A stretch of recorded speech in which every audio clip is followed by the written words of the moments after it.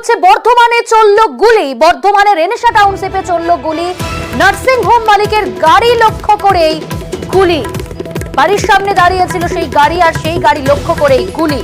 ঠিক কি ঘটনা, কারা গুলি চালালো জানার চেষ্টা করব। শরদিন্দু রয়েছে। শরদিন্দু, কি ঘটনা ঘটেছে, কারা এই গুলি চালালো, পুলিশ সূত্রে কি জানতে পারছো?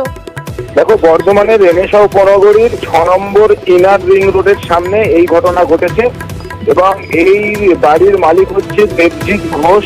তিনি একটি বেসরকারি নার্সিং হোমের মালিক বর্ধমানের ঘোষবাগান এলাকার, এবং তিনি সকালে গাড়ি নিয়ে যখন কাজে বেরোবেন তখন তিনি লক্ষ্য করেন তার গাড়িতে গুলি চালানো হয়েছে এবং তিনি মনে করছেন সম্ভবত মধ্যরাত্রে কে বা কারা এসে এই গুলি চালায়। গাড়ির পেছনের দিকের বলা যায় যে কাঁচ ভেঙে পড়ে সেই গুলি একেবারে বাঁ দিকে পেছনের দরজা দিয়ে বেরোনোর চেষ্টা করেছে এবং এই খবর পাওয়ার পরই পুলিশ যায় এবং পুলিশ দিয়ে সেই গাড়ির ভেতর থেকে একটা গুলির খোলও উদ্ধার করেছে।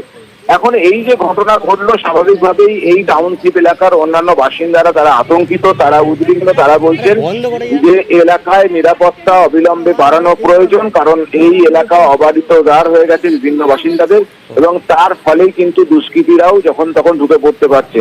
এখন এইটি টাউনশিপের সামনে প্রবেশদ্বারে নিরাপত্তা রক্ষী থাকা সত্ত্বেও কিভাবে এই দুষ্কৃতীরা ঢুকলো, কেন বা গুলি চালালো তা খতিয়ে দেখছে পুলিশ। পুলিশ বলছে এলাকার যেসব সিসিটিভি ফুটেজ আছে না, সেই জায়গা থেকে শরদিন্দু একই সঙ্গে জানতে চাইবো, পারিবারিক কোনো শত্রুতা বা ব্যবসায়িক কোনো শত্রুতা, সেই কারণেই কি গুলি? একদমই প্রথমেই পুলিশ সেই দিকটাই দেখছে।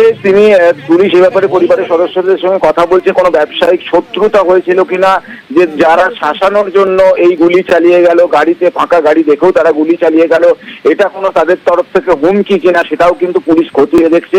তবে পুলিশ এখনো এ ব্যাপারে নিশ্চিত হতে পারেনি ঠিক কারা কি কারণে এই গুলি চালালো। বেশ, ধন্যবাদ।